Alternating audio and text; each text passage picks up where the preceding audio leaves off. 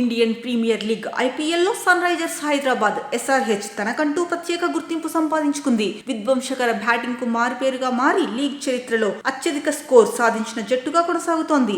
ఇక 2016లో టైటిల్ గెలిచిన sun Risers గత 2 ఏళ్లుగా మరోసారి ఇలా పాత రోజులను గుర్తు చేస్తూ ఆరెంజ్ ఆర్మీని ఖుషీ చేస్తోంది. దేశీ స్టార్ అభిషేక్ శర్మతో పాటు ఆస్ట్రేలియా స్టార్లు Travis head, south Africa star Heinrich Klaasen రాకతో జట్టు బలపడింది. ఇక కమిన్స్ కెప్టెన్సీలో గతేడాది ఏకంగా ఫైనల్ చేరిన సన్ రైజర్స్ ఈసారి మాత్రం కాస్త నిరాశపరిచింది.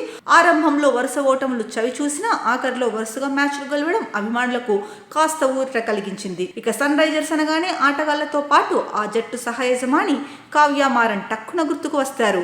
సన్ నెట్వర్క్ అధినేత కళానిధి మారన్ కుమార్తె అయిన కావ్య సన్ రైజర్స్ బాధ్యతలు చూసుకుంటున్నారు. మ్యాచ్ జరిగిన ప్రతిసారి, ముఖ్యంగా హైదరాబాద్ లోని ఉప్పల్ మైదానంలో సన్ రైజర్స్ ఆడుతుందంటే అక్కడ కావ్య తప్పనిసరిగా కనిపిస్తారు. మ్యాచ్ సాగుతున్నంతసేపు తన భావోద్వేగాలను ఏమాత్రం దాచుకోరు. ప్రతికూల ఫలితం వచ్చినప్పుడు చిన్నబుచ్చుకునే కావ్య, అనుకూల ఫలితం వచ్చినప్పుడు మాత్రం చిన్నపిల్లలా ఎగిరి గంతులేస్తారు.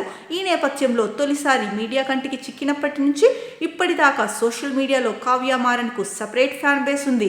మరోవైపు ఆమెను ట్రోల్ చేస్తూ మీమ్స్ క్రియేట్ చేసే వాళ్ళు ఎక్కువే. ఈ క్రమంలో సోషల్ మీడియాలో తన ఫోటోలు, తనపై వచ్చే మీమ్స్ పై కావ్య మారన్ తాజాగా స్పందించారు.